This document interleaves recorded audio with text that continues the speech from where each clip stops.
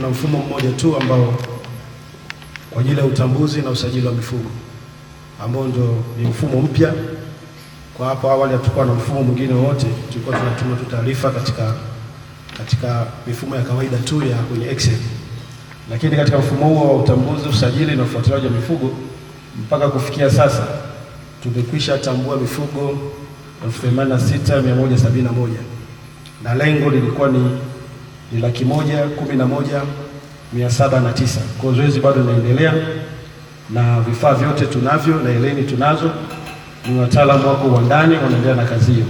Ni kazi ngumu, ni kazi ambayo ina changamoto, lakini mpaka sasa tuna asilimia hiyo 86. Lakini sanjali na hayo, katika mwaka huu ambao tunamaliza, tulikuwa tuna mazoezi ya kitaifa.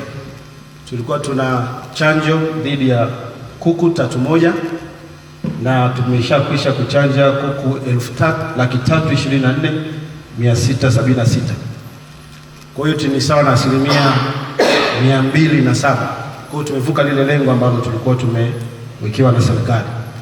Lakini pamoja na hayo, tulikuwa pia tuna chanjo ya homa ya mapafu katika ng'ombe.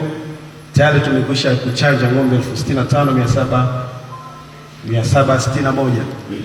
Lengo lilikuwa ni 111,709. Kwa hivyo tunaamini kwamba katika mwaka huu mpya wa serikali tutaweza kufikia lengo hilo la 111,011 kwa maana asilimia 100, lakini chanjo imefanyika kwa asilimia 65.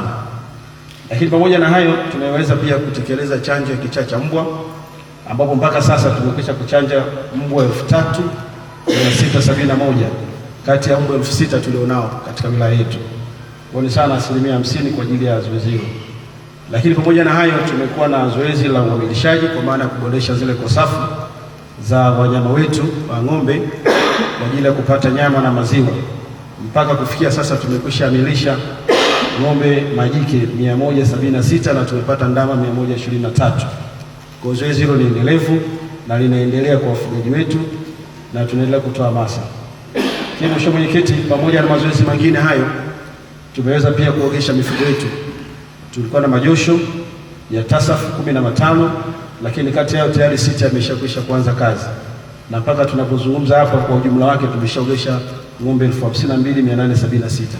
Mheshimiwa Mwenyekiti, naomba kuwasilisha. Tuendeleza upembuzi yakinifu katika mradi wa Mabasabi, Masanzi na Jisanzi, ambapo mpaka kwa sasa hatua iliyofanyika ni kwamba hatua zote za upembuzi yakinifu zimefanyika na ripoti tayari zimekusanywa makao makuu, ambapo baada hapo watakuja kutangaza mradi.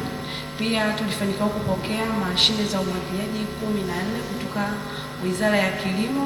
Tumeweza kuzisambaza katika vikundi mbalimbali katika halmashauri yetu ya wilaya ya Chato. Wakulima wetu wanazidi kunufaika sana na hizo mashine na pia wamekuwa wanazidi kuonyesha uhitaji zaidi kwamba wanahitaji kupata hizo mashine. Kwa hiyo Mheshimiwa Mwenyekiti, kama wewe kiongozi wetu, tunaomba pia ikiwezekana tuzidi kupata mashine zingine.